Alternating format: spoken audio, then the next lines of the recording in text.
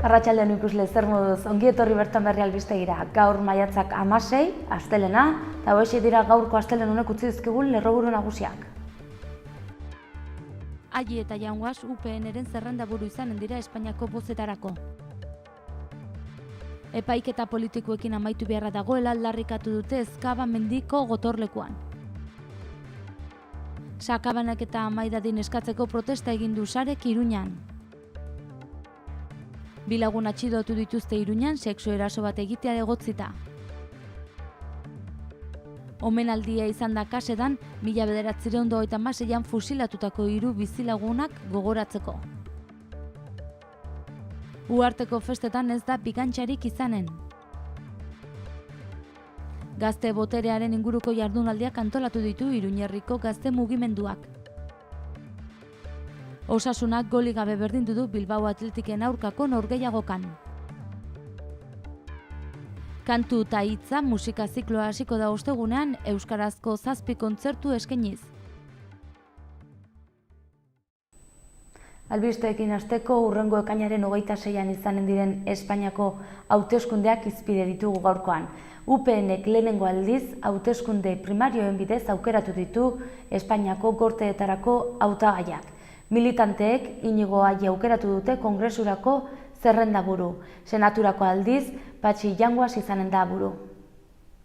Lehen aldiz hauteskunde primario bidez aukeratu ditu UPNek Espainiako gorteetarako hautagaiak. 802 boto eman da, militanteek Inigo Aji aukeratu dute Kongresurako zerrendaburu, eta bigarrenak Carlos Salvadorrek 753 boto eskuratu ditu.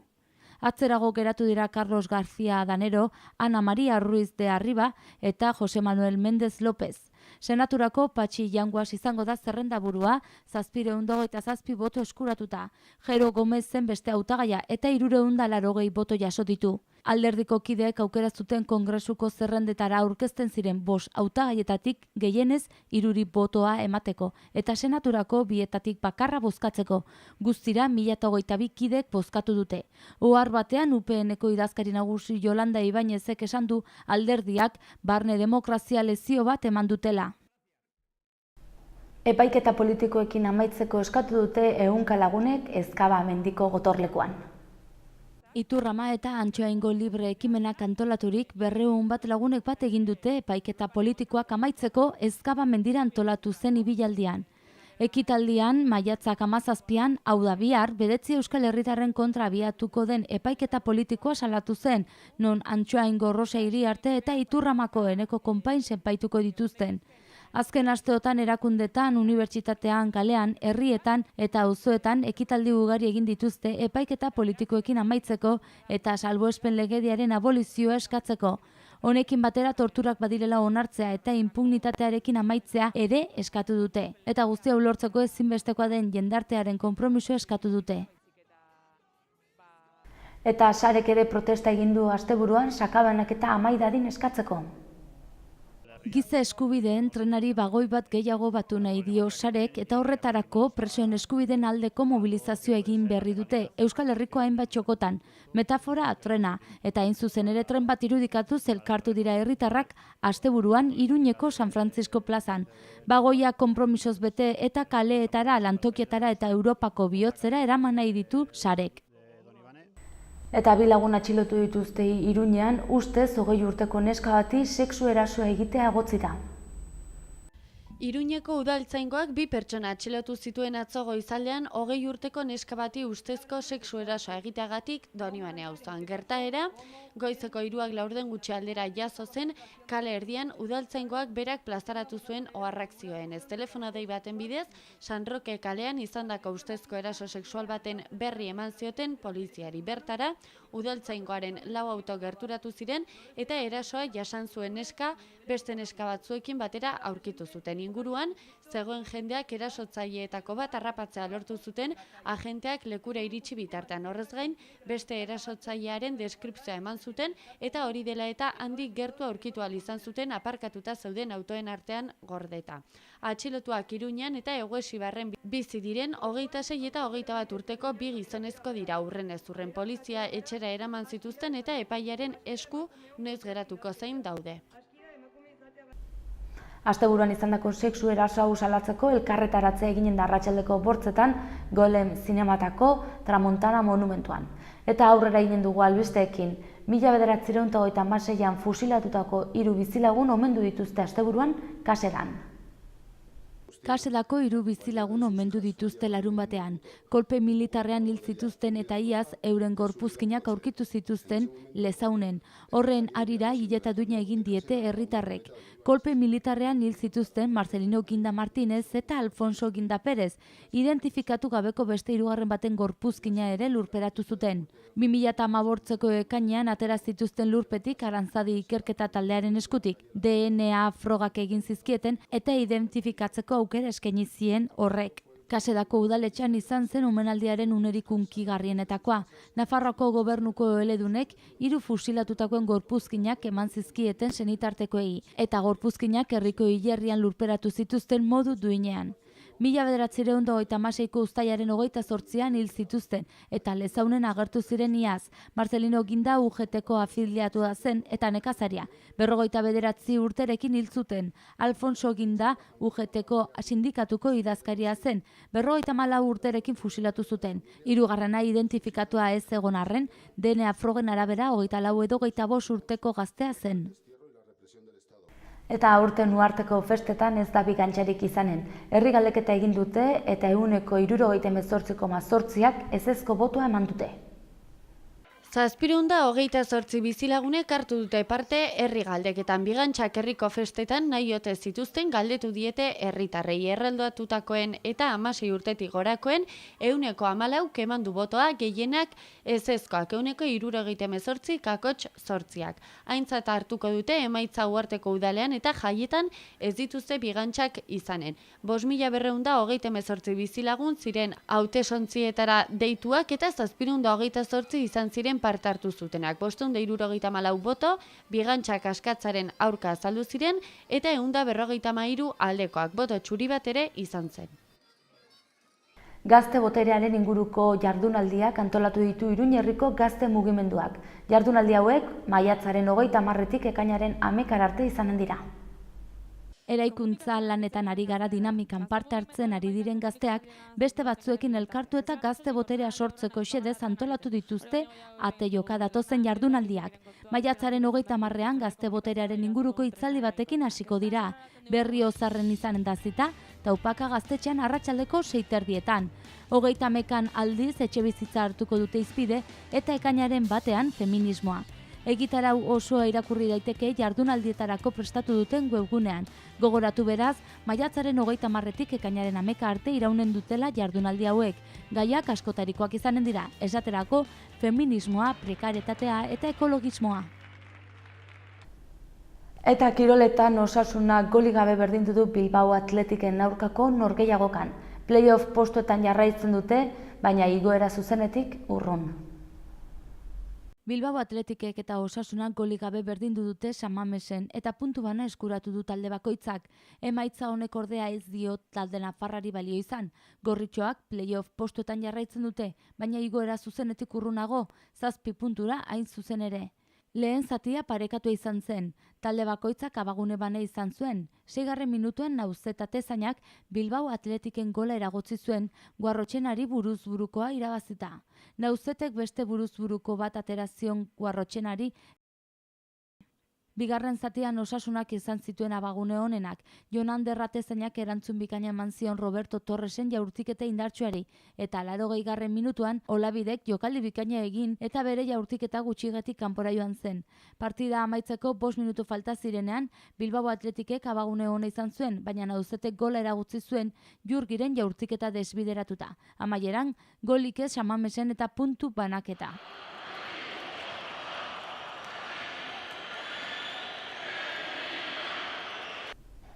Eta gaurko albisteekin bukatzeko kantu ta hitza izeneko musika zikloa hasiko da hortzogun honetan. Eta zikloaren barrenean euskerazko 7 kontzertu izanen dira. Folka, jazz, bluesa, rocka, askotarikoa dira kantu eta hitza zikloan entzun algo diren doinuak. Ostegun honetan hasita ostegunero izanen dira erraldoien txokoan arratsaldeko 8:30 aurrera. Iruñeko udala da antolatzailea eta doan izanen dira ekitaldi guztiak. Iban Urizarrek zabalduko du jaialdia usadiozko herri musika eta esperimentazioa zein bat-batekotasuna uztartuz. Bigarrena maiatzaren 26an izanen da Michel Etxeko Park Beñat eta Julen Asiarik Oripetik lan aurkeztuko dute. Ekainan sartuta Maialen Errota Behereren txanda izanen da. Biluzik izeneko lana taularatuko du. Itxaro Bordaren eta Jan Luisen testuak oinarri bere esperientziaren inguruko espektakulua emanen du, hitza eta musika zutabe izanen dituelarik. Joseba Irazoki eta lagunak ikusteko aukera ere egonen da ekainaren 9an, eta jasak ere izanen du tokirik ekainaren 16an. Iñaki Salvador musikaria igoko da Oholtzara, Ainara Ortega jazz abeslariarekin batera. Mikel Aboa, Benito Lertxundi, Xabier Lete, Oskorri, Mikel Márquez eta hainbat euskal sortzaileen lanak berrinterpretatuko dituzte jazzaren berezko ukituekin. Ekainaren 23an aukera obra joko du euskarazko folk talde Kerauk eta bukatzeko Jon Gurrutxagak itxiko du zikloa ekainaren 30an.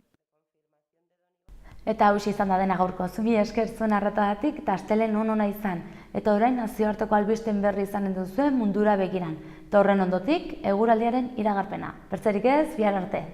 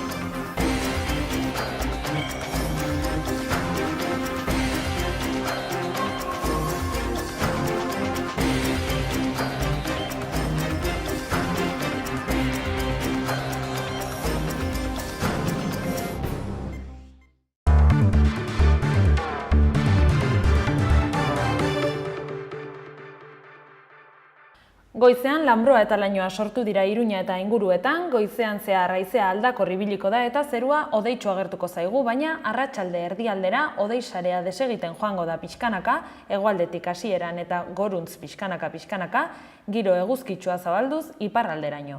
Temperatura ere igotzen hasi da gaur, aste honetako joera adieraziz. 17 gradutako maximak eta 9 gradutako minimekin gaurkoan. Baztanaldean ere goizean lanbroa eta lainoa sortu dira, zerua hodeitsu egongo da tarteka, xirimiria ere egin dezake han-hemenka eta arratsaldeko bigarren partean argituz joango da eguzkiari paso emanez. Temperatura maksimoetan ez da aldaketa nabarmenik emango, 16 gradutako maksimak utziz, minimak 10 gradutan ematen diren bitartean. Nafarroari dagokionez, hodei desenterekin jarraituko dugu gaurkoan, goizean batez ere, euri pixkat ere utz dezake egunak, baina arratsaldetik aurrera hodeiak gutxitu egingo dira urdinguneei paso emanez gaualdera ere mantenduz. Hegoaldean egun sentian behe-lainoa sortuko da, baina gainerakoan hodeitza ez da oso trinkoa izango. Temperatura maksimoak atzo baino apur bat gehiago igoko dira orokorrean. Asteartean giro eguzkitsua emango da orokorrean, naiz eta hodeigune batzuk agertu. Egun sentian ipar isurialdean hodeigune batzuk agertu daitezke, baina goizak aurrera egin ahala zerua nahiko garbi geratuko da. Arratsaldean goi-hodei batzuk ikusiko ditugu eta temperatura maksimoek gora egiten jarraituko dute, 20 graduren bueltan ibiliko direlarik Tutera aldean 23 graduetara iritsiz. Eta asteazkenean eguraldiak okerrera egingo du, goizean hodeiak eta ostarteak izango ditugu, baina eguerditik aurrera hodeiak ugaritzen joango dira eta gauean baliteke euri pixka bat egitea ere. Ipar-mendebaldeko haizea nagusituko da eta arratsaldean zakartu egingo da. Temperaturan behintzat ez dugu aldaketarik espero eta ostegunean igotzeko joerarekin jarraituko dute.